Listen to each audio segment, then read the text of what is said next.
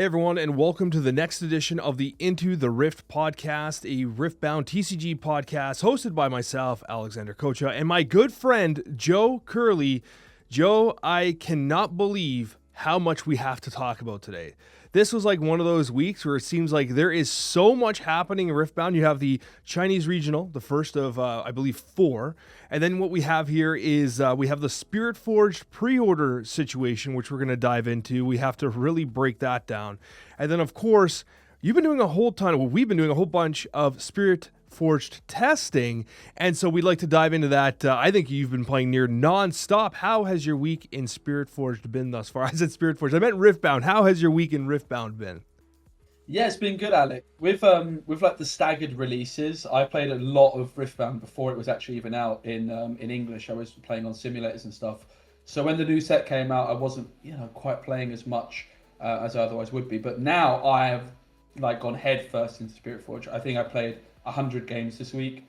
I'm super hooked. My Riftbound addiction is in full flow, and I'm really impressed by how the game feels. Like the power levels up in Spiritforged, but the skill ceiling is so fun. The deck building is great. I'm really, really impressed. And you've been playing primarily on TCG Arena, correct? Yeah, I have. There's not like an official ladder. It's part of Riftbound rules. You can't have like an MMR system, which I actually think is a good thing. But so you're queuing into random opponents, so you don't really know how good they actually are, apart from just how you feel it out. But I feel like the quality of opponent over there has been pretty solid, and you see a lot of variety, and people are quite friendly. And I was a little bit worried about playing Riftbound on a sim where you're doing triggers and having to wait for your opponent, but there's like lots of thumbs up that you're sending back and forth to each other as emotes, and it works actually reasonably well. So I've really enjoyed it. Yeah, it's actually something that I want to start doing more often. I have been playing a little bit of TCG Arena, and like once you get like the emoting down to say like, yeah, you're good and stuff like that, it starts to flow a little better. It's a little cumbersome sometimes. Like it's very easy to misclick, and things like stacked deck aren't necessarily as intuitive as you might hope they would be. But generally speaking, you have access to all the cards for free. It's a free service. You absolutely can't complain. It's a nice place to just get the reps in, right, and just start figuring some things out. Yeah, definitely. I mean, Riftbound games can take a long time, and just by nature of being able to queue up quickly on an online simulator, often you can get a lot of testing in quite quickly. The quality of the testing is hard to judge, but of course you can also play friendly matches as well against people that you know. So it's been a really nice tool for me, and just a good way to become more confident in my game knowledge for Riftbound as I get ready for Bologna. Yeah, and what I want to do is quite simply, I just want to see if I can cook a couple things and just kind of take them through their paces, right? And that's kind of the main goal that I have there. And also because obviously you have access to the set prior to its release here in North America and Europe, it gives you a chance to actually not physically, but to play with some of the cards that you have not yet been able to kind of get into your hands. So I think that's kind of cool as well. So yeah, TCG Arena has been a pretty good service for that regard. But when we're going to talk about Spiritforged, we have to talk about the pre-order situation. It's kind of funny, of course, the way timing works sometimes. The pre-order was like several hours after the launch of our prior episode, and we actually we decided to kind of commit like a nice little chunk in the beginning to kind of make sure people knew that they were going up and get prepared and stuff like that. And then for the rest of the week, it was essentially just proof of a pain point because, by golly, was that Spiritforged release rough. And rough is me being, very kind with the way that I'm using my language. It sucked, man. It really sucked. Now, what was your situation around the pre-orders? Because I think that, like you had mentioned, maybe taking a knee on the official pre-order, right? Yeah, I actually skipped out on the official pre-orders. My girlfriend got a couple of boxes for us from her local. And because I'm playing Bologna, which is like 1 week after, I decided to skip. And I think it was probably the best for my sanity, Alex, because it sounded like a disaster. I mean, I did do Riot pre-orders on the previous 2 waves for Origins. And while a lot of people had their complaints, I was able to get my box and sort of check out reasonably okay. There was a few glitches, but it sounded like this one was hit by bots in a big way, and it was a complete disaster. Yeah, so we do have a tweet we'll go through momentarily from Dave Guskin, who is obviously the game director of Riftbound, and he'll kind of go through some of the details there, but just to give you an idea of what the experience was like. So I did just like everyone else, I tried to get in line to get myself a pre-order box because it's to get it at more or less MSRP direct from Riot is by far the best way to do it in my opinion. And so I waited just like everyone else did. And then what happened was as soon as it went live, the site just died. Like it just completely died. Like as soon as it turned over, that's probably because everyone's hitting F5, whatever, right? Site completely dies. But then for a split moment, it comes back up, but it shows everything is sold out. And I'm like, that doesn't seem right. That seems like a bug. Then everything dies again, right? So I'm like, okay, I'm going to stick around because that seemed like not really, like there's no way it's sold out already, right? And then, so it was down for like maybe 8-10 minutes range, something like that, just completely like non-existent. And all of a sudden it started trying to load. And, you know, you had to re-log in, and then the logging in was a disaster because you couldn't quite log in, and that kept crashing. And then all of a sudden, things were up. But then you couldn't add anything to the cart. You tried to add things to the cart, you couldn't add to the cart. Then finally, you could add one thing to the cart, but you couldn't add anything else. Like I tried to get a box and one of each of the starters. I managed to add the box to the cart, and then the buttons for the starter decks just didn't work. I'm like, screw it, I'll buy those later, right? So I tried to queue out, and then that broke. That wouldn't load. And I was like, oh man, okay, but we're moving at least through the process, right? And then everything just crashed again. I was like, no. And then I'm like, come on, save my progress. Didn't save my progress. Did it all again. Long story short, get to the checkout, click the button. Finally, everything's kind of look like it might be working. And I placed in a queue to actually check out. It says like, oh, you have to wait approximately 8 minutes for you to check out. Or I think mine was like 10 minutes to check out. And then I think after just a couple minutes, it was like sold out.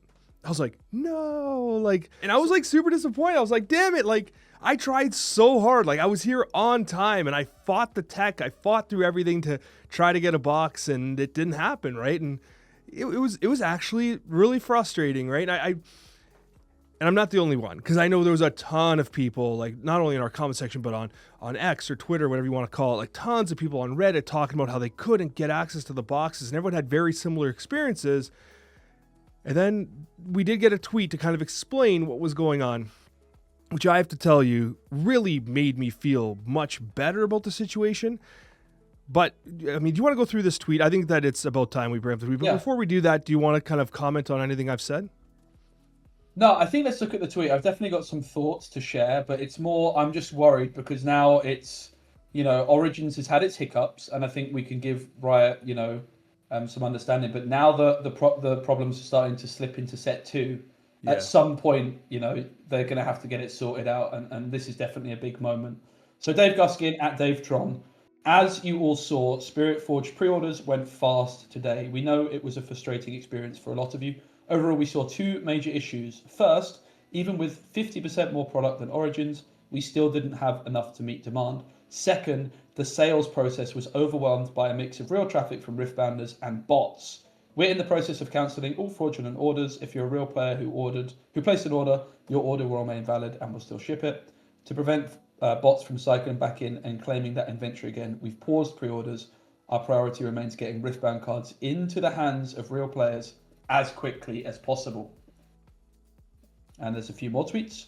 We're working on a new plan to reopen a significant amount of Spiritforged pre-orders to give players a fair and stable way to purchase cards. We'll share details as soon as we have a clear path forward. Here's a bit more background on what happened today from our side. Due to the volume of traffic created by both legitimate purchasers and bots, our prevention was slow to take hold and unfortunately resulted in a rush of fraudulent orders placed by bots. You might have seen fluctuations in items going in and out of stock, which is what happens when orders are cancelled by the anti-bot measures our e-commerce site has in place, and someone tries to purchase that same item again. Some of those fraudulent purchases got through though. Even if they weren't cancelled by those anti-bot measures, we're still able to detect them. We'll continue to thoroughly investigate the situation and implement proper solutions to reopen pre-orders as soon as possible. Our team is made up of core TCG players and fans. We know how frustrating it is to feel like you didn't even get a shot at getting cards. We don't have all the solutions and it will be an ongoing process, but we're deeply invested in improving here. We'll keep working and taking your feedback along the way to ensure delivering the best experience possible. Thank you. Thank you. Yeah, so thanks, Joe, for reading through that there, and I'll have the tweet linked down below in the description.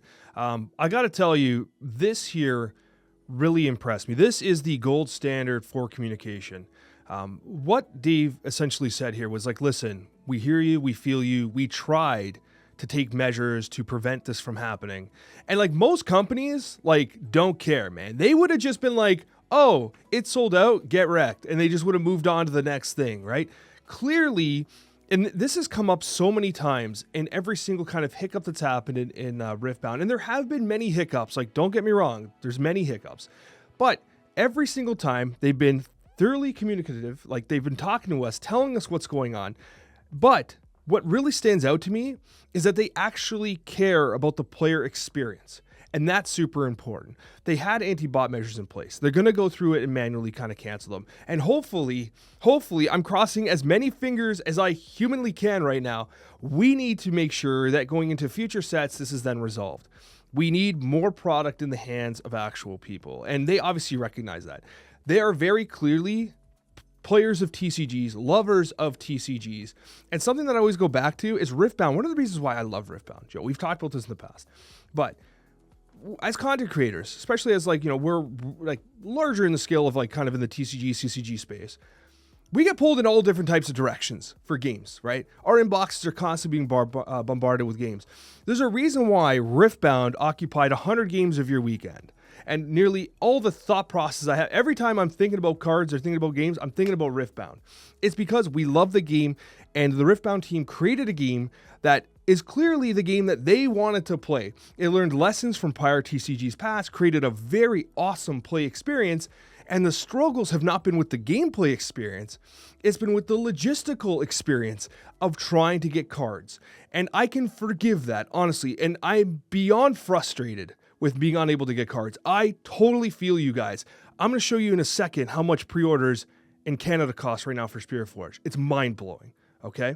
But Joe, before I get into that, just want your thoughts. I just think that this game is fantastic. But for me, what really stands out from here is, yes, I'm so happy they're communicating. And also, it gives me a little bit of hope that they're obviously trying their best to mitigate these situations because they had the measures in place. They just were less effective than they had hoped. Yeah, I mean, communication's great from Riot, isn't it? That's brilliant, and I think we can only say thanks to Dave for continuing to be doing a great job on that. Having said all of that, right, communication is only going to get you so far, right? And being a new game is also only going to be an excuse that you can have for a certain amount of time. At some point, Riftbound is not going to be a new game, and if it continues to have product issues, it's going to impact the game. I mean, I can just tell you from a content creator perspective, Alex, I have a pretty good understanding of what like new card games are going to be hitting in terms of views. I had like sort of like figures in mind for Riftbound, and the numbers on like the Riftbound live stream for Houston were much bigger than I expected. They were really, really impressive. But for your average Riftbound video, it's actually quite a bit lower across the board, across content creators, than I would have expected if you compare it to something like the first set of Dism Arcana. And that would just, I imagine, be because product is so short. So many people who want to play Riftbound haven't been able to get into it. And if you have these frustrating experiences for players where you try and order something, you get yourself ready at a certain time, and you have a terrible situation like this, people are just going to find a different game to play, aren't they? And they're going to lose potential players. So they definitely need to get control of it very quickly. I'm sure they're very well aware of that, and they're doing everything they can to sort it out. But it is a real shame, I think. Like, if for the first set, you sort of say, yeah, fair enough, it's the first set. But now that it's creeping into set 2, it's where I think it starts to become a little bit, they're losing a little bit of that leeway, I think, quite quickly if they're not careful. There's a couple things here. First of all, it's rapidly gaining the reputation for being incredibly expensive. A couple weeks ago, I mentioned how like I was getting friends and family and like people in my inner circle kind of into Riftbound by playing with them with starter decks and stuff. Almost all of them have cited the general expense to get in and get product as a reason why they're not continuing unless they just play with my stuff, which is totally fine. They can, but like they're not going to be getting in on their own stuff. It's also worth noting though that like I did say like, hey, listen, TCGs are actually more expensive than you might realize, but Riftbound seems a little more expensive than even that, unfortunately. But like the problem is we are turning away a lot of potential players. The people that are in the ecosystem and they've been playing Riftbound and they love Riftbound, they're in. You listening and you watching, we know that you love the game as much as we do, and that's why you're in. However, I ask myself this question all the time. When I make content, when I do stuff like this, when I do podcasts, I don't chase the money. I refuse to. That's not why I do any of this. I chase what I'm passionate about. And one of the things I continue to ask myself about, like Marvel Snap, I still do a podcast for Snap. I'm still one of the OG creators for that program, is because I still love playing the game. I don't care if viewership drops off. I still love playing the game, and I'll still keep making content for the game. With Riftbound, I legitimately love Riftbound. I love playing Riftbound. I love talking about Riftbound, and I'll continue to do so. But I'm not going to sit here and pretend like not being able to access product is actually heartbreaking to me, because it was something I struggled with the first set. I could barely access product at all. And it might be a regional thing, because I'm in Canada, maybe in my particular area, in the Toronto area, maybe it was just harder to get product, but it was a legit challenge for me. And it came to the point where I'm thinking to myself, and I always ask myself this question: would I still be buying this product if I wasn't making content for the game? Would I still be willing to go and jump through all these hoops, pay these ridiculous prices if I wasn't making content for the game? For Riftbound, it's still yes, because I love it. But the average player is going to take a look at the costs and be like, no, it's not. And let me give you a quick example, okay? So I was out, we were out for a kind of like a birthday family celebration to kind of one of an adjacent city to where I live. Like, it's not like my hometown, but we're adjacent. And we noticed there was a game store there. And I told my wife, I'm like, yo, I'm going to stop. I want to see if they're doing like Spiritforged pre-orders or anything. It's like, yes, it's like 50 minutes away from my house, but if they're selling from MSRP or something, I'm going to get in, right? So I walk in. I've never been in this game store before. And I'm like, hey, are you doing like Riftbound's Spiritforged pre-orders? They're like, yes, we are. Come on up. Like, get your credit card ready, my man. I'm like, oh, yes. I'm like so excited, Joe. I think I see where this is going. $289.99 plus tax was the price on the Spiritforged booster box. $290 Canadian, I'll add. I was heartbroken. And they were like, oh, I'm like, you know what, man? I'm like, that's honestly, it's like in my head, I'm thinking like, I just can't. Like, I cannot do that. And then they're like, well, we have the Proving Grounds on sale. Regular price, $300. But thankfully, Proving Grounds is now on sale for $199. I'm so sad. Like, and of course, Origins sold out. I was so heartbroken, and this is a problem, man, and I'm not trying to like just kind of like vent. Maybe I am venting. Joe, I might be actually venting here. That's but okay, this can't happen. This is so bad for the game. I think they realize it's bad for the game, and maybe, again, it's a regional thing in Canada. I just don't have the access that I'm hoping for, but this will turn people away very rapidly, and I don't have an answer for it, because as of right now, either stores in my local area have not started offering the pre-orders, or they're this. Yeah, and let's be fair to stores as well, right? They are a business at the end of the day, and if they've got a very limited amount of product, which they know that people are going to buy for high prices, yeah, I mean, they're going to sell it for that, aren't they? The big issue is printing and product supply. And the thing that we have to point out is that these sorts of games require a lot of planning ahead of time. A lot of these sets are going to have been designed a year, maybe 2 years ago.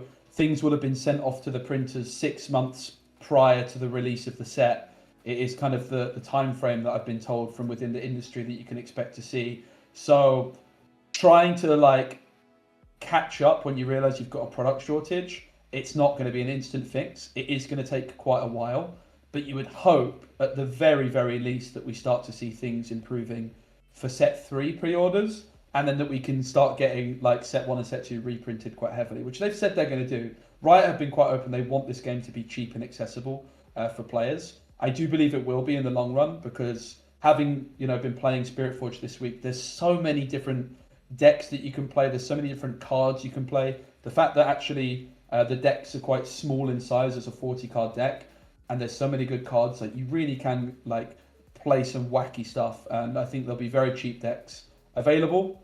It is teething issues, but at what point do teething issues just become issues, right? And probably around halfway through set 2, I would imagine, is where people will actually stop losing patience. And it will happen quite quickly as well. Like, people will just sort of wake up one day and suddenly the narrative is not going to be Riftbound's got teething issues, it's new. It's that Riftbound has issues, full stop. I do think that Riot has got the capabilities to get it sorted. Let's hope it's soon. No, there's no question about that at all. And I agree absolutely with everything you're saying, right? Right now, they feel like teething issues. But I'm not an industry expert. And the concern I have is that I love this game and I want this game to be successful. But if it takes till set 3 or 4 to correct these problems, there is so much competition in the TCG space, so much unbelievable competition. Is it a harder ask for you to be like, hey, I know you're interested in Riftbound, they fixed some of the product stuff, but now you're 4 sets behind, right? Like that might be a bigger ask as a jump-in point for people, and that's why rotation exists. But that's another challenge that we're probably gonna be talking about 2 years from now or a year and a half from now, who knows, right? Whatever they decide to do with rotation. But the major challenge here is that like it's starting to prevent people from even getting in through the door in the first place. And as someone who absolutely loves this game, it's heartbreaking. Seeing these types of prices, it's going to turn away any casual or, you know, any player really that is budget conscious is going to turn away from this game. And that breaks my heart because I think it's a remarkably good game. I think it's the best TCG out there right now. I think that Riot does have their heart in the right places. It's just, you're right. Maybe the logistics of it, like they just undershot everything because they didn't realize it's going to catch on the way it did. It's like, it's just heartbreaking because like you see the potential, you understand where this game can potentially go, but these teething issues continue to be a factor. And I'm just hoping that at some point we see a resolution, and hopefully that happens within set 2. Hopefully we start seeing Origins boxes on the shelf. Hopefully we start seeing Spiritforged boxes on the shelf at MSRP. And I absolutely do agree that, you know, I'm not an LGS owner. I don't have to pay the bills. I don't have to pay staff. It's easy for me to complain about marking up a product when, you know, you got to keep the lights turned on. Like, I totally understand that. But I'm more concerned about the health of the game long term. And I'm seeing, and so do you, we see this from the community, that the cost is prohibitive. Like, it is a major factor. They know that. We know that. We're just hoping it gets corrected soon. Yeah, we really are. So here's hoping it does. Speaking of Spiritforged, Alex, we did have the regional qualifier, or the regional open it's called, in Fuzhou, China this weekend, which was about 511 players exactly. I did watch quite a bit of the broadcast, Alex. Again, absolutely blown away by the broadcasts. Of course, I don't speak any Chinese. You're probably not too surprised to hear. But they had a very smart group of casters, a very well-dressed host. It all looked extremely professional as a stage. There was confetti all over the place. But the production quality, Alex, as a massive nerd when it comes to card game tournament production, like I've done a lot of commentary for digital card games and then physical, it's really difficult to capture a lot of things in a physical card game on a broadcast. But the amount of work that went into this to capture the mulligans, to put graphics on screen to show you what's been sideboarded in and out, was absolutely unbelievable. Like, absolutely blown away by the production quality. Like, those 2 bits in particular, there's all sorts of other stuff they had, like cool overlays and like little, like if you play someone plays a chosen champion or an epic card, there'll be like a little image of it popping up in the middle of the screen. But the fact that I could see the mulligans so clearly and that they had graphics for the sideboard added so much to my experience as a viewer. It was honestly brilliant. So I have to commend them on a very, very well produced tournament, and long may that continue for Riftbound. Oh, absolutely. Like even Riftbound's Houston regional was remarkably well produced, and they've taken it and really amped it up here. So that makes me even more excited for Bologna and the future Chinese events as well, where they're trying to like further refine the presentation.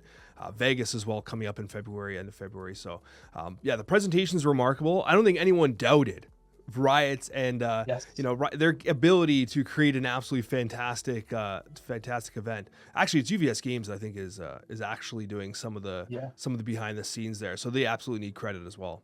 Yeah, definitely. And also I have a feeling that the production team for China might be operating in a slightly different way to the West as well. I think that's generally how these things happen because obviously the game's out in China first, and I think the teams are a little bit separated. But Alex, let's talk about meta, which is I'm sure what many people are most interested in. There was best of prizing available for this event, I've been told, which is the first time that's happened in China. So players were incentivized to play some unorthodox legends. Despite that incentive, nearly 40% of the room, 35.8%, played Draven. That is a huge meta share, particularly when you consider that Ahri is also a legend in the same color, even Jinx, right? So it's not like you've got like just 36% of the room playing this one color pairing, but just this one legend within that one color pairing. Very, very high meta share. Irelia was in second place in terms of most represented at 12%, Kaisa at 7.5, Victor at 5.5, Fiora at 4.7, Severe, which is a orange and purple, at 3.3, and then all the other decks combined making up 31%. So pretty healthy meta if you just close your eyes and pretend Draven doesn't exist, but obviously Draven is going to be the thing that catches everybody's eye. And as you move on to day 2, you'll see that a lot of people that were concerned about the actual power level of Draven might have an argument to be made here, because the conversion into day 2 was exceptional. Yeah, so 35%, 36%, whatever it was on day 1, over 50% on day 2. Now, again, in a tournament where best of prizing is heavily incentivized, like, people are going to play decks which they don't think are like the best deck in the game, right? So you would expect Draven as the top deck in the format. Like, the people that are playing Draven aren't chasing the best of prizing. They're chasing, like, to win the whole tournament, right? That's why you would pick Draven. So I would expect, like, 50% Draven, maybe. I wouldn't be too shocked based off, like, the 36%, but it's way more than 50, so it is quite alarming. I can't lie to you, Alex. My gut feeling, though, is that Annie in particular will start eating away at Draven's play rate somewhat. There was only one Annie in the top 64 here. I think there was like either 5 or 10 players in the total tournament. She was like 1% of the meta. So about 5 players played Annie in the whole thing. One made top 64, and they actually made it all the way to the top 8.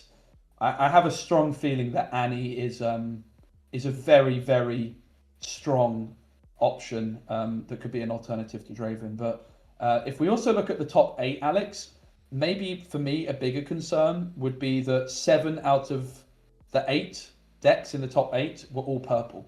The only one which wasn't was the Fiora deck, which made it to the final. It was Draven, Irelia, one Annie, and that was it. And the one Fiora, no Kaisa in the top 8. So yeah, purple does seem to be the standout deck, the standout color, I should say, in this format by quite a large margin. But I definitely think there's more to be found there. I think, like, I've been playing a lot, and there's some really fun things going on. Like, Lucian in there, I think is great. Azir, I've been very impressed by. I've also been pretty impressed by Rek'Sai, which didn't make it. I think Misfortune has some real legs as like a mid-range aggro deck. Ezreal made the top 64 as well. So I definitely think there's more out there, and I would imagine as time goes on, Draven's play percentage maybe goes down, and people get a bit better at beating it. But it does look to be certainly early on problematic, but it is early days. But there's definitely a reason to be worried. And you're right, with best of prizing, it tends to allow people to kind of like spread out those meta shares a little bit as they chase, like, I want the Garen best of prizing, right? There's a reason to play every single hero, which is a great thing. We want to see that. But what we're seeing here really is the solidification that Draven is the top dog. And especially with the conversion from day 1 to day 2, like, it is without question top dog. And even Kaisa seeing very little play in comparison to Draven. And I'm not going to shed a tear for Kaisa. That's not what I'm saying. But it did surprise me, right? Like, Teemo nowhere really to be found. Even like even Victor, like, we were seeing some really good performances early on from Victor. Victor ultimately didn't really make much happen here. Now, we are going to break down the decks right now. Generally, we have a whole bunch of decks to talk about, so we'll talk about kind of like what's been added, what's been changed, and generally the way these decks are formulated. But before we move on to that, are there any major surprises to you from like heroes that didn't quite make the cut? For me, I was surprised that Kaisa didn't hold up as well as I would have expected. Like, we do have a couple good results for Kaisa, but it seems as though, like, although the numbers were far lower, it just is not holding up to some of the new hotness being added to the game. Yeah, I think Annie is the biggest surprise for me, that like so few people played it, because I really do think it's got a lot of advantage over Draven. Obviously, Draven, like, you look at it, drawing cards is good, right? It's a legend ability which draws you card.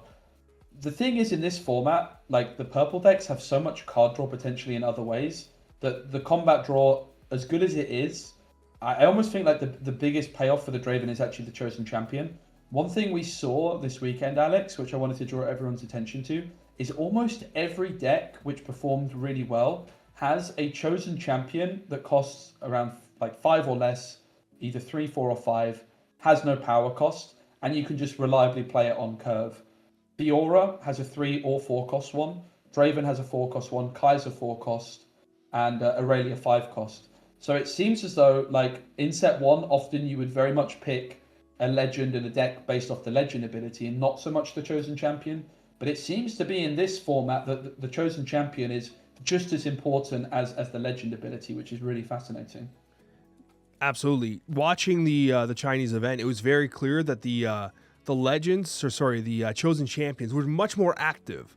They were much more active in their role. Like you can use you use the Annie champion to start bringing things from the graveyard after, but like you're not playing her to curve out properly, which is exactly what a lot of these decks were doing. They were much more aggressive, and the deck building considerations as well change. Like if if I'm going, on the draw, like I'm able to play my chosen champion very consistently, that completely changes your strategy, your deck build, your sideboard. Everything changes when you have a very consistent opener or turn 2 play because of your chosen champion. And some of them, obviously like Kaisa and others, are very, very powerful. Draven, of course, as well. So there's no question that the more active nature of the chosen champions was noticed in China. And it was so effective that I would imagine that it's going to impact the Bologna meta for sure. Yeah, and the deck building in Spiritforged is fascinating because obviously the card pool's doubled, right? It was pretty hard to optimize decks in set one, but that was the smallest the card pool had ever been. So now suddenly you've got twice as many cards. You've got some pretty absurdly good cards. And what you quickly realize when you're building decks is even though there's some unbelievably good new cards, there's also a lot of unbelievably good Origins cards, right? Seeing one copy of the Pouty Poro, for example, I think that would have been unheard of really in the previous format. But Purple got some brilliant 2-drops here. The Overseller's Fan. When I defend, you may kill me to move an attacking unit to its base. It's almost like a fight or flight that can score you points, right? In a way, being able to move from battlefield to battlefield. But the Treasure Hunter for me was the star of the show in the final. There was a play, game 2 in the final. They go Treasure Hunter on turn 1. They were going second. And then on their second turn, they move the Treasure Hunter into a battlefield. They score a point. And then they play Ride the Wind. And they move the Treasure Hunter to the other battlefield, which was also available, creating a second gold gear token, scoring a second point, and then they retreated it back to base. They got 3 gold gear off this Treasure Hunter with this Ride the Wind combo in one turn, and 2 points. And that additional point also made such a big difference in the late game. And the Treasure Hunters between them, I think, generated, and I'm not exaggerating, I think it was 8 gold tokens in the game. And Draven ended the game by channeling 2 runes, getting to 12 runes exactly, and just stomping the final turn. It was really quite gross to see. The deck has so many points. Particularly, I think, when you find this Treasure Hunter curve where you can start generating gold gear. And it's funny because last week we talked about the market and how things had changed and how that one of the few risers were the seals. And yet watching the Chinese tournament, it's very clear that do you need seals if you have gold tokens? They kind of step on each other's toes a little bit, but the gold token generation, especially with the Treasure Hunter, I think we're thinking about the same game because the movement was generating so much value that running a seal would have been crazy. Why would you run a seal when the Treasure Hunter is bouncing all over the place? Yeah, it's really fascinating. I expected to see a few more seals, but it's really interesting to see. The purple seal package, you get Ezreal, you get Cold Shot. It's brilliant, but it's really focused on card draw, and maybe Draven has enough of that without it. I also want to point out, Alex, the 3 copies of Edge of Night in the main deck, which is a new, extremely good equipment, especially in Teemo, by the way. It's a hidden card, so you can spend a power to hide it, or you can play 3 energy to play it. When it's revealed from hidden, you just equip it for free. And otherwise, you're having to pay a purple power to give +2. The reason there's cards in the main deck, 3 copies, is so interesting, or at least how it worked in the final, because their opponent had 1 salvage in their main deck and 2 salvage in the sideboard. And thanks to the brilliant production, we were able to see game 2 the Draven player took all 3 copies of Edge of Night out of the deck. Meanwhile, their opponent sideboarded in 2 more copies of Salvage. So the decision to put Edge of Night in the main deck and then take it out was like metagaming their opponents. They're like, well, I think my opponent's going to have gear removal on the sideboard, so I'll just start with the gear removal, bait them in to adding some pretty bad gear removal, and then I just take out my gear. Like, there was so many cool things happening. I do think Fiora was very close to winning game 1. If they had a punch first, like a turn sooner, I think they would have gone to game 3, potentially. But it was Draven winning 2-0, and they went second in both games in the final. So very, very impressive. Yeah, and the deck that's on the screen, by the way, is the first place winning Draven. We will be going through a whole bunch of different decks, but this is the first place deck. And something that really stood out to me, first of all, the Furious Forerunner, one of my absolute favorite cards from the new set there. Absolutely love it. I'm glad it's making an appearance. But in this first place deck, I have to say, Joe, I'd like your take on this. Now, with Riftbound, it seems as though it's a game that's very friendly to one-ofs, like where you're able to just slide one-of a something like one-of a Mind Splitter, right? Yeah. Most games you try to say, okay, well, I can have 3 cards. I want the added consistency. I do a 3-lot, 3-lot, 3-lot, 3-lot. Here, there's one-ofs everywhere. And there's a lot of 2-ofs. There are very few cards that are 3-ofs. The Overzealous Fan is one of them, in fact. But like, what is your take on that? Because it seems as though there is way more like just like width to what this deck is capable of to the expense of what might be consistency. Yeah, it's a really good point, Alex. I mean, in other card games, I am notorious for being a big believer in playing the max playset of the best cards. Yeah. But Riftbound, it feels quite different. There's a couple of reasons for that. I think firstly, it's caused by Riftbound having extremely tight decks, right? I think I'm working on a video which is the best thing about every card game. And for Riftbound, for me, the best thing is those deck building restrictions. 40 card deck, max 3 of a playset is so tight. Of course, the sideboard as well. Every single card you put in feels like it has an impact. And that's why playing one-offs actually feels really rewarding. Like in other card games where you have bigger decks, like, what's the point, right? But at 40 cards, it feels like it makes a big difference. The other thing that you really benefit from playing like odd ends in Riftbound is the fact that with a card like Cleave, for example, in particular, as a one-off, just catching your opponent off guard, having that extra bit of flexibility to do some sort of combat trick that they weren't accounting for or weren't expecting, just gives you a lot. It makes your opponent have a lot more questions to answer, right? Because it's an interactive back and forth game.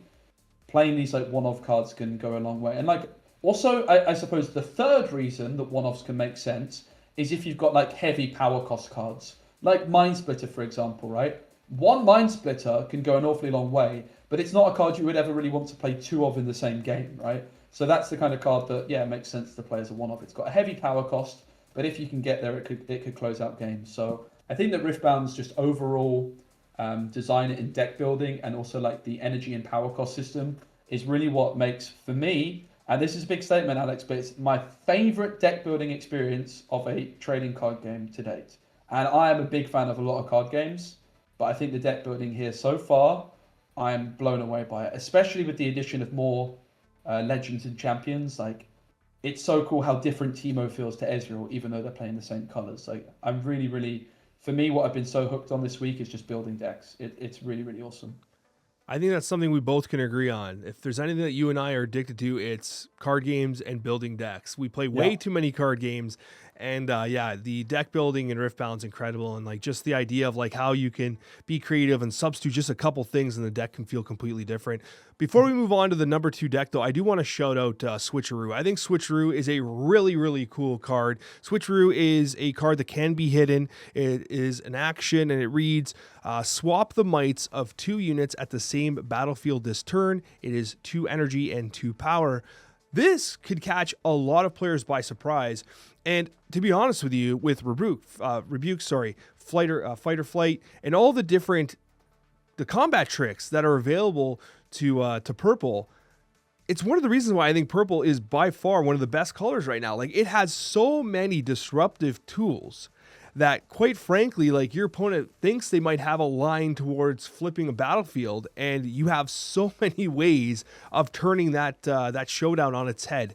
And I think it's one of the reasons why purple seems to be standing out. I just think its combat tricks are ridiculous. Yeah, Switcheroo is so good. It's sort of like purple's answer to Punch First.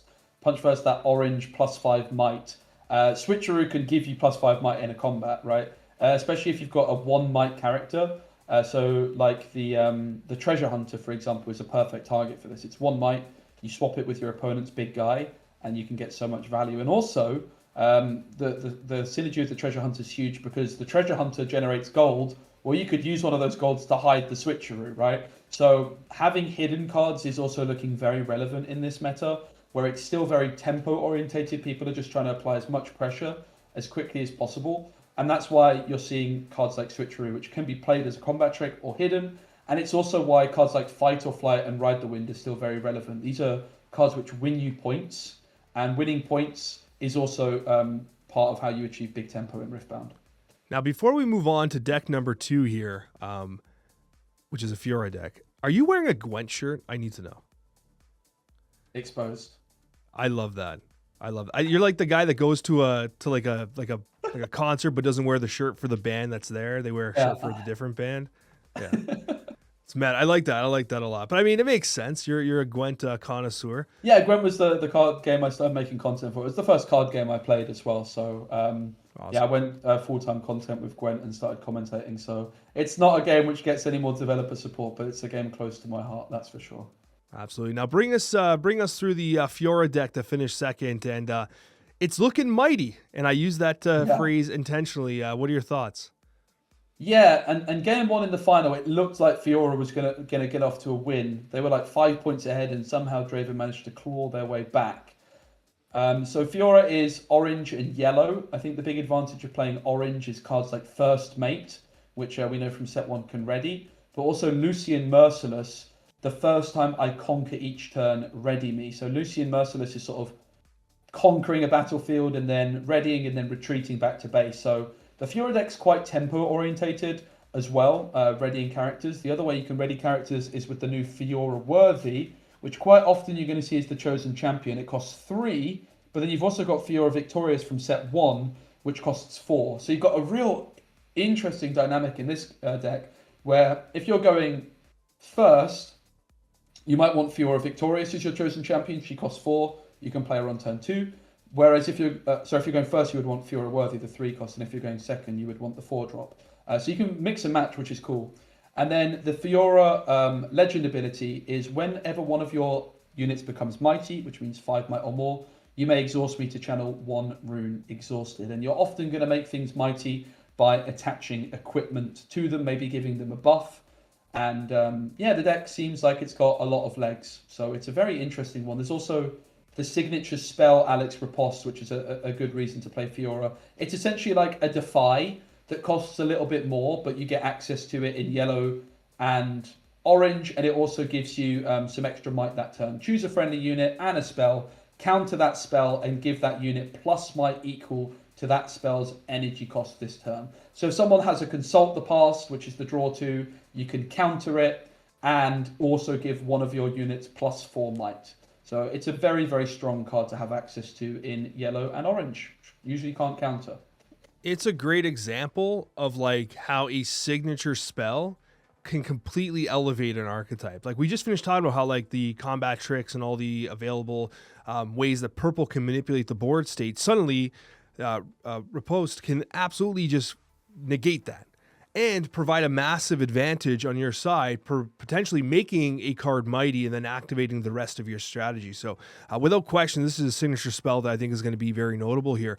Punch First is in this deck, obviously something that is going to be enabling someone to get into that mighty category, but not just that, just a fantastic spell altogether. I will say that Pit Rookie makes perfect sense here. Pit Rookie, it's like an inexpensive common card, but when played along with Fiora the Victorious, that gets mighty, and then all of a sudden it unlocks a whole bunch of its effects, which is truly remarkable. Curious about your thoughts as to like how some of these common cards from Origins are still making an appearance here. Yeah, I mean, when I opened Origins boxes, I couldn't quite believe how good most of the cards were. In other card games, you have a lot of filler. didn't really feel like that way in Origin. So yeah, when you're building decks, you quickly realize that, okay, the Spiritforged cards are good, but so are the Origins cards. There's just a lot of really good cards in this game, which is what makes the deck building so cool. I also think the sideboard strategy, Alex, is really interesting with the chosen champions, because when you've got a 3 energy chosen champion with no power cost, when you're going second, you can just play that on turn 1 every time. So I'd be interested to see if the players would consider actually removing their 2-drops entirely. Possibly not, but it's certainly an option. We do see 2 salvages on the sideboard, 1 in the main deck, which if you're playing salvage in the main deck, it shows you how relevant equipment or gear is in this format. And there was also Facebreaker, which is the only other hidden card, because Hidden Blade is a hidden card, which Hidden Blade is so good, but when you know that the hidden card is Hidden Blade, it does become, well, not really so much of a hidden blade, more just like a blade. It is really good in this format because you can use it to draw with your own cards, particularly with the Unsung Hero, which is one of the 2-drops, which when it's mighty and it dies, you draw 2. So there's a really cool little combo there with Hidden Blade and Unsung Hero. But also it's really good against Draven is the Hidden Blade, because Draven seems to just have endless cards available in hand. Removing one of their cards is really good for 1 power, because you could just hide it. And the downside of them drawing 2 is significantly lower than you might expect, because they have so many cards available. And also, finally, Alex, Challenge is a huge tempo option in Orange. Being able to trade something out of combat in your favor can give you so much tempo in sort of the mid game to just try and close the game out. And that's what happened in the final. The Fiora player in game 1, they got off to a great start with a really good challenge, but they just ran out of steam a little bit at the end. So I think 3 punch first is what I would change in this deck list if it was me. I would, after seeing the final, I would definitely want that 3rd copy of punch first. Yeah, challenge allows you to kind of gain and maintain board control really effectively, especially when your deck is all about making things bigger, stronger, and utilizing that mighty synergy. Really cool from 2nd place there. 3rd place, we have another Draven. I think, should we just skip through? I mean, this one has Hard Bargain, which is kind of cool. I do like that skill a lot. Yeah, and Hard Bargain's a nice card. Has some synergy with Ezreal, which isn't even in this deck, but it's a pretty similar list overall. But with the quality of cards, there are definitely some different things in the various lists, but there's going to be a lot of Draven, so we can flick through, I think. Yeah, absolutely. Here, coming in in the top 4 here, we have Irelia. What are your thoughts on this deck here? Now, first of all, this is another hero with a fantastic signature spell in Defiant Dance. Yes. I'd be very curious about your thoughts on how this performed. Yeah, I think Irelia is another one on my radar that the play rate will go up. I think it's one of the best decks in the format. It could prove to be the best deck in the format, although obviously Draven certainly looks to be the top contender in that regard. You've got a really good color pairing, you've got a really good legend, you've got a brilliant chosen champion, and a great signature spell. So you've got everything you could really wish for. This deck plays very few units, and it looks to just use lots of spells and gear to buff up one big guy. So you've got Aurelia Fervent as the chosen champion. They have Deflect, and when you choose me or ready me, give me +1 might this turn. Guardian Angel is a really key bit of equipment in this deck. It's a 2 energy equipment which gives +1 might, which isn't that impressive. The impressive part is it has a similar effect to Zhonya's Hourglass. If I would die, kill Guardian Angel instead, heal me, exhaust me, and recall me. So often you're going to see Aurelia with Guardian Angel attached. So even if you can deal with this, which can often be like 14 might card with ganking, thanks to the Boots of Swiftness, it might just be recalled to base. And the Guardian Angel, Alex, particularly obnoxious with Draven Audacious. This is the purple Draven, which the red-purple decks don't tend to play. It also has Deflect. The first time I win a combat each turn, you score 1 point. When I die in combat, choose an opponent, they score 1 point. Now, I've been told, although it was against an opponent on TCG Arena, so maybe not the most accurate, but I've been told, and it makes sense to me, that if Draven is, if the Guardian Angel is equipped to Draven and Draven dies, your opponent wouldn't score a point because the Draven doesn't actually die, it's just recalled. So there's some really dangerous synergy there. And what this deck looks to do, it just looks to make like one big unit, either Aurelia or maybe Draven, and just clear the battlefields very, very, in just a big dominant way with just a big stats. And you have defies to counter spells like switcheroo. Oh, actually, defy can't hit switcheroo, which is really important. So you might expect to see, you might expect to see hard bargains in this deck. It's also why you see not so fast as a new counter. It's actually a set 1 card, counter an enemy spell or ability that chooses a friendly unit or gear. Because Alex, as you mentioned, defy can't hit cards that have a power cost of 2 or more. So it can't hit switcheroo or also punch first. Yeah, I mean, the deck is phenomenal. I mean, rip Yasuo, I guess. Like, I had some excitement about Yasuo in these colors, but I think this deck is so much stronger. And once again, I did mention the Defiant Dance. It goes to show you just how powerful the combat tricks are here. Defiant Dance, a reaction speed for 1 energy, 1 power. Give a unit +2 might this turn, and another -2 might this turn. That can be allow you to kind of make these very favorable trades, especially when you consider you have like the disruption of something like a charm, which I think can really allow you, similar to challenge, set up very favorable trades, maintain board presence. But I think Guardian Angel, in terms of the actual the gear, Guardian Angel I think is going to be a remarkably notable equipment for this meta, because it's not the only deck that's going to be playing it. It is a very good piece of gear. Yeah, it is. And that signature spell, Alex, is so good. 4 might for 1 energy is so much tempo. We talk about punch first being a great card. Well, this is only 1 might behind it, right? And it costs a power less. So it is outstanding. And we have to also shout out the Stellarcorn Herder. When I move, draw 1. That card is absurd. You can draw so many cards of that. It is unbelievable. Yeah. And just a random shout out, I just want to say whoever was the game designer behind the Lonely Poro that has Death Knell, if I died alone, draw 1.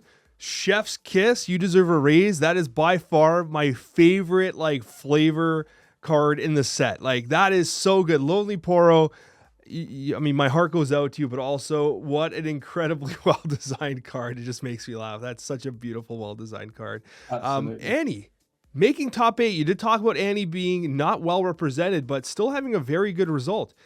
Take us through the deck. Yeah, sneaky deckhand, brilliant in Annie, better in Annie than anywhere else because you can protect it.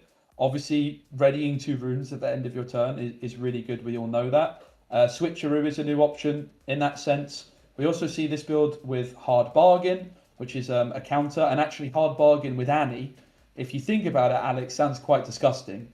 When I've played Hard Bargain, often the problem I can run into is that I don't actually have enough energy to really make use of it, because my decks are quite energy hungry and power hungry in purple. But of course with Annie, it's just another card which has unbelievable synergy with that. Interesting to note that Ride the Wind seems to be absent from this list. It might be on the sideboard. That is maybe the one thing that does surprise me. Invert Timelines is the interesting card draw option as well. Could be pretty good against Draven, where like if they've got like 8 cards in hand, you can discard their whole hand and you both draw 4. It could be pretty interesting. And also Ferocious Forerunner seems like a really nice top end option in an Annie deck. When it dies, you get 3 might mech unit tokens. Annie can't be bad, can it? Let's be honest, it can't be bad. No, it's still an absolutely remarkable legend ability, regardless of the situation. Pouty Poro still making this deck, and one thing I love about Pouty Poro, and it's worth consider talking about, is that like early on in the game, when you're scoring points with Pouty Poro, those points, they add up. Like if you think about kind of getting that early advantage, early points, think about how hard at the end of the game you have to work to get points sometimes. Yes. Right? Yes. Those early points count, man. You got to get them, and Pouty Poro, I think, is one of the best. Yep, and of course the sneaky deckhand is right at home in this Annie deck. That's what it does so well. Also Tide Turner, I'm really glad to see Tide Turner still making the cut, despite there being lots of other options. I think it's an exquisite card, being able to sort of almost give something ganking in a similar way to what the Gem Jammer does, which is a new card, but you just have like more flexibility as it's a hidden card. You can like swap it with the Treasure Hunter to get more gold gear. It's great. And also Darius. Only one Darius is maybe a little bit surprising because we're seeing Darius a lot in the Draven decks as well. It's so good. It's just so good. We got one on the sideboard, thankfully. Mm-hmm. Yeah. 2 Darius, though. Yeah, but I think Darius is remarkable. We're going to go through a couple of these a little faster here. We have Kaisa. Anything you want to add here? It's actually a pretty significantly different deck. I mean, it's got 3,000 Tailed Watchers, a lot of new tech. Anything that really stands out to you? Yeah, this one's a bit interesting in the 2 drops. I think Paltipora you're still going to always go for. You really see the strength of, I think, the purple 2 drops when you compare it to the options that you have in blue. You have the Forecaster, your mechs have Vision, which includes itself. That, I feel like, even like a Ravenbloom student, I would personally prefer over this. And then the Plundering Porra, when I conquer, play a gold gear token exhausted. So they're both solid, but I think that there's better options in purple. For example, obviously Kaiser's not able to get those. Ferocious Forerunner as a 3 of is interesting. Is that 6-drop, Longsword, Bellows Breath, and then a Premonition in the mix as well. Kaiser's still really, really good. There's also, if we could just see the sideboard, Alex, I'm not sure if they have this Piercing Light card. With Piercing Light, it's almost like another copy of Falling Star. So I played against a Kaisa, I think this morning, where I got hit by 3 Falling Stars and 1 Piercing Light, and they won like 8-0. It's like, okay, I lost. So if Kaiser's going first and they can find the Falling Stars and the Piercing Lights, they can really run away with it if your units aren't mighty enough. And considering what the meta looks like with the equipment, which we're going to talk to with some of the upcoming heroes as well, Thermo Beam in the sideboard seems to make some amount of sense, definitely for sure, which you weren't seeing much of, if any, at all in the prior set. I want to just go back and say that I do agree with you 100%. Now, I don't want to critique someone who, obviously did wonderful at a massive tournament, but the Ravenbloom student would be great. Like when you have like the Stupefies and like the amount of spells, like it seems like a very natural inclusion here. And I'd be curious to see how this deck would perform if you were to make that minor swap. Going into the top 32 here, we do have a couple highlights here.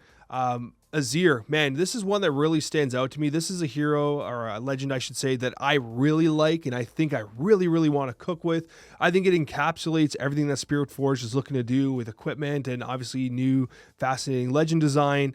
This deck has a lot of new equipment in it, a lot of new tech in it. Obviously, it has the signature spell as well, which is very notable for Azir. So I'd be curious about your thoughts on this particular list. Yeah, so Azir, for those that aren't familiar, it's yellow and green, and it's sort of comparable to Victor, except you get 2 Might Sand Soldier unit tokens. Only costs 1 to spawn them, and you can do it once a turn, but you have to have played an equipment that turn to activate it. And also, your Sand Soldier tokens will have Weapon Master, which means that you can be moving the gear around between them very, very quickly. And the way that this version has been built is very much swarming, right? It's like a control swarm deck. You've got lots of gear. You've got cards like Hidden Blade and Cold the Weak and Defies and some stuns. And you basically just look to build a really wide board. And then Grand Stratagem, 2 copies of this 6 cost, 3 power action. Give friendly units +5 might this turn. I think what's easy to underestimate about Grand Stratagem, Alex, is the potential to use it in your opponent's turn to just close out the game with a hold. Like that can be so devastating. A lot of the finishes in Riftbound you use in your turn, right? Like a Thousand-Tailed Watcher. Well, this is kind of like this deck's answer to a Thousand-Tailed Watcher, but it has the added benefit of being able to use it in your opponent's turn potentially. Yeah, at that action speed, it's incredibly valuable. What I like about this deck as well, obviously, lots of equipment in it, because you want to be playing equipment in this particular list here. Guardian Angel making an appearance as well. Lucian up next. I think Lucian, Alex, has serious potential. It's quite an interesting color pairing of red-orange being aggressive, because, of course, Volibear in set 1 was anything but. And you've got Ruin Runner as a big top end. Lucian Merciless is a brilliant chosen champion. Like, we're seeing a lot of decks do really well that have a chosen champion on early curve, and this Lucian deck has that absolutely. Akshan as well, one of my standout cards in the format. Only 1 copy of it here, but it's a 4 cost, 4 might, and you can pay 2 orange energy and essentially steal one of your opponent's gear until Akshan is removed. Like, that can be so devastating. For me, it's a main deck card, and I'm kind of terrified to play gear because this card exists. Yeah, and you saw me quickly scroll down to the sideboard, because as soon as you talked about Akshan, I'm like, he's like the sideboard card right now for this color. So I scrolled down, I'm like, he's got to have another copy there in the sideboard, and sure enough, there he was. Yeah, like the deck is great. Bjorn Thundersong, actually seeing like a resurgence here, which I think is really cool. It's a 6 energy, 5 might card that reads, when you play me, opponents can't play cards this turn. I actually think that this might see more play, considering the degree that you're seeing like a lot of spells being played and combat tricks being played on opposing turns, I think that this is a very legitimate card. Yeah, I agree. I think it's good. Really good against like Hidden Blade, we saw in the final, because you can react to Brian here Thundersong. So if you have hidden cards, you can reveal them. But as it happened in the final, it was a Hidden Blade with only their own units at the base. So the Brian here Thundersong just closed out the final of the first Spiritforged Open. So it's definitely one to keep an eye on. Yeah. And I mean, we're kind of short on time, so we'll continue showcasing some of the other decks. Ahri making top 32. Let's go. That is going to be an absolutely beautiful best of card to have. If not, if I could choose one best of card, I think it might be the Ahri's. Absolutely beautiful. I'd be curious about your thoughts on this particular list here. Lots of new tech in it. Yeah, Sona's quite a key card in this one. While I'm at a battlefield, ready for friendly runes at the end of your turn. Also, Eager Apprentice, like reducing energy costs, and then utilizing repeat effects in particular, like this Feral Strength.